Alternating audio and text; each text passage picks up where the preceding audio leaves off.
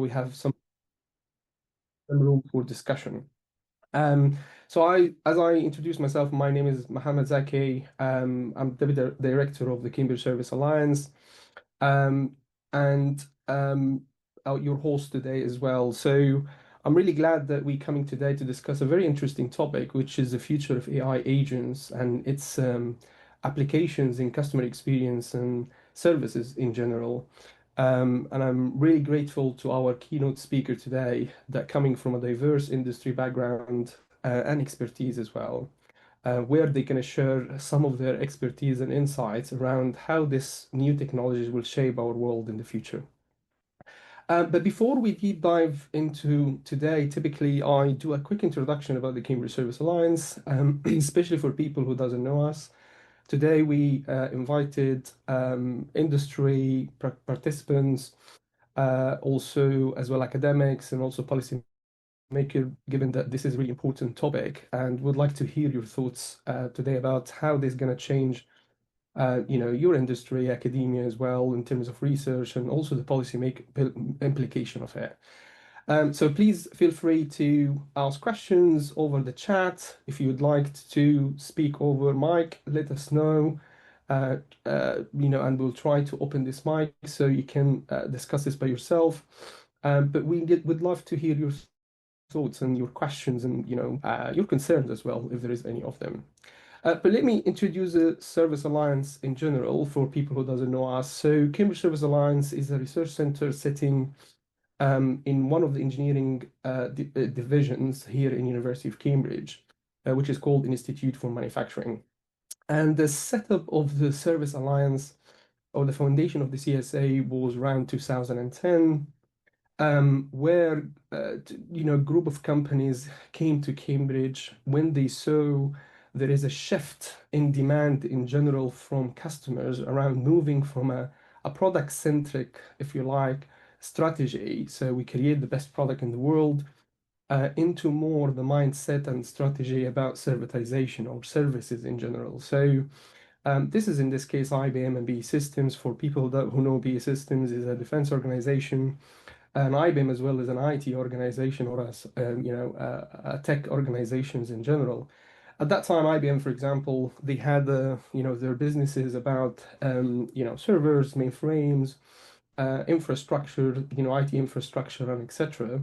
But they starting to see a demand shift in their strategy into the software solutions and software as a service at that time, also as well consultancy services as well. And you can see now that shift from selling a products into selling services is quite different. For BAE System as well was a defense organization. Their customers, which like Ministry of Defense, which is not interested anymore about the best products like aircrafts and etc. They are more interested about the availability of these products. So again, it's a service business model here. And the group in the Cambridge Service Alliance work with these organizations to help them about that kind, how we can change this new business model capabilities from just a transactional into what you call it availability or outcome-based contracts. Similar other organization joined these visions like Caterpillar, Pearson, and Zoetis as well until 2017, which is a new set of organization as well, joined the Cambridge Service Alliance, like recently HCL Tech and AstraZeneca as well, where there now questions becoming different. So, or research challenges becoming different, which is we are coming now into that digital service transformation. Then we are digitalize our businesses, our processes. So the question is here, how we can experiment with these new emerging technologies that are coming every day to our world. And I mean, the theme of today is the agentic, right? So how this can help us to improve our customer experience, but also as well create new service processes for our customers. And that could be a B2B or a B2C as well, customers in this case. And I guess this is where this new trajectory that's and technologies will change the way we engage with our employees, but also as well the way we engage with our future customers, our current customers as well. So obviously the way it works with the Cambridge Service Alliance, it's a global as you see, consortium of industry working with our researchers. Um, uh, some of these researchers are internal researchers, and also as well, some of them are research collaborators as well. So we can't answer all the questions on the world, so we lean on some expertise as well, where we collaborate with them based on their, if you like, knowledge and expertise in this area. Also recently, we have some new appointments from some of the new people that joined the CSA. One of them is Catherine Loshkrave, which has joined us recently as the CSA Industrial Relationship Manager. Kate will appear in some of our discussions, but hopefully at the end to wrap up, the event. But this will be helping us to build a better relationship with our customer, current partners, but also as well helping us as well to support us for new partners in the future as well. Some as well new researchers that are going to join us soon, but one of them is a familiar face for some of our industrial projects, is Gautam Jaha, who will be continue working with us as in a capacity of research associate as well from now on. Um, but to go deeper here a little bit about some of the research that we do with our industrial organization. So it seems there is some themes that coming, as a challenge in general across different sectors. And if you think about this overarching theme, which is what will be the future of, especially a technology like AI and agentics and etc., to change, like I said, our new future services and customer experiences. But I think there are four key themes here came up very clearly across our discussion with them. One is the which of these technology can help us to design our new services and processes, in particular, is it working or not, and what will be the design principles here, and how that's going to look like. One of our researchers, for example, here is Helen Zahau, which is working with some of our partners here around what will be these design principles, especially with technology like generative AI. So we heard a lot that some of your organization try to incorporate generative AI or large language model in different stages of design thinking, like ideation stages and experimentation and piloting and sometimes launching as well with your customers. And they have different roles in these different design thinking processes. But what I'm hearing as well, there is, if you like, a hit and miss here. It's like an experimentation. There is no a systematic frameworks and tool that can enable us to understand how this is going to change the traditional design thinking approach when we are incorporating some of these new technologies. And hopefully, with Helen Zhao and other researchers, we can shed some lights into a systematic frameworks in design principle and how the traditional design thinking, approaches will change in the future.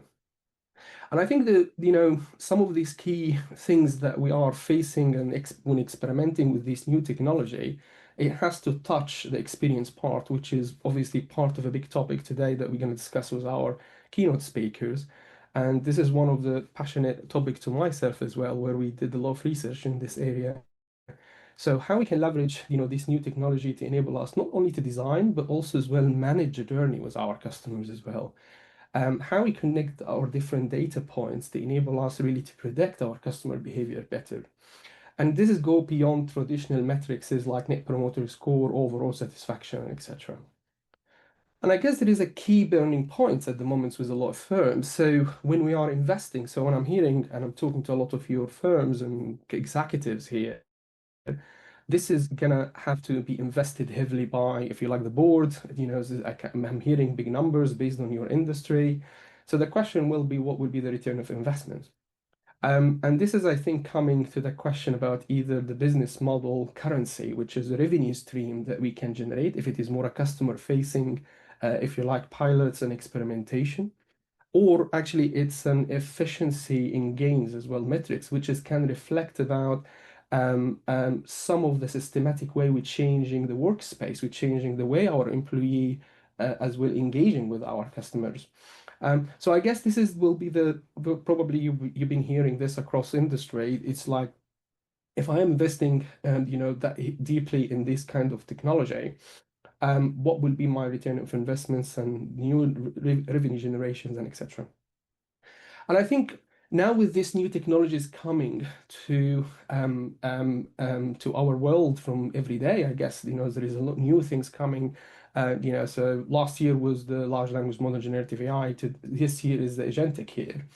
How we can shape our strategy and what will be going to look like. So you heard me as well early on when the service alliance has been kicked off, the focus was how we can shift from product to service. Now, how will be our digital service transformation going to look like?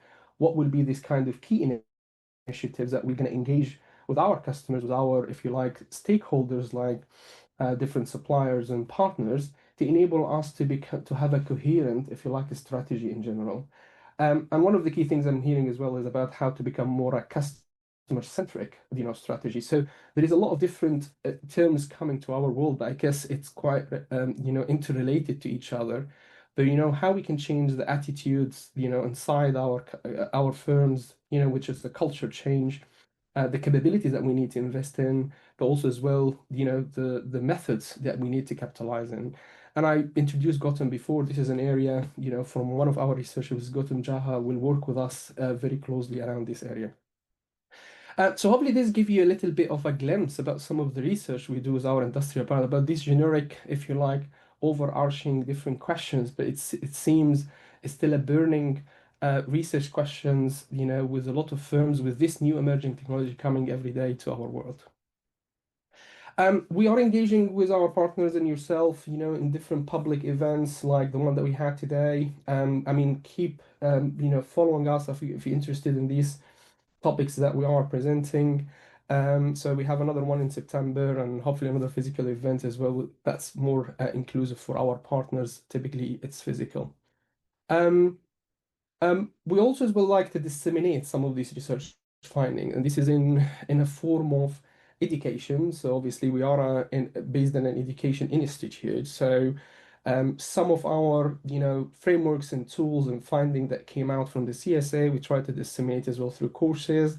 So if you are interested and you would like to know more, so please go to our website or these links down there, where we have an online course around data-driven design for customer experience, but also where we have some executive, courses as well that we can run it with you through, our partner IFM Engage in this. And some testimony coming from some of the, the attendees in this around how this course has changed some of the perspectives about the future of data and customer experience in general. Also, again, part of this kind of disseminations, we are really active in obviously the academic or academic at the end of the day. So we publish papers and, for the academic community, books as well. But also as well, we try to engage with our partners with the practice, findings as well. So we're engaging with Harvard Business Review, some of our articles there. Recently, we published as well practitioner books, and myself, I put with Coggin Page, one of the key publisher here, global wise as well, but based in UK, around some of these frameworks and tools being set up in a way to help you to design how we can design your future experience, but also as well how you can manage it using data and AI capability. So please engage if you are interested and you would like to know more about these type of things and framework tools that have been generated. This is a book that you can have. Also, Cognitive Page was very generous as well for the sake of that event. They give some 25% as well if you use that code. If you would like to, get hang of that book, so please feel free to use the code to get discount. But that's hopefully show you some of the key things that we do here in the CSA from a research activities, from an engagement events with our industrial partners and others. Some of our teams depth in terms of the expertise that they have in different thematics. But without further ado, let's kick off our, if you like, today presentation with this very great lineup. I'm looking forward to hear all of this. So I'll start by Stuart. As you can see, we have, at the first slot, two speakers. Then we'll have panel discussion and Q&A. So if your question has not been answered after every speaker, we can pick it up obviously in the Q&A session as well. So please feel be engaged, and I will pass now the if you like the presentation mood to Stewart McCann. Welcome, Stewart.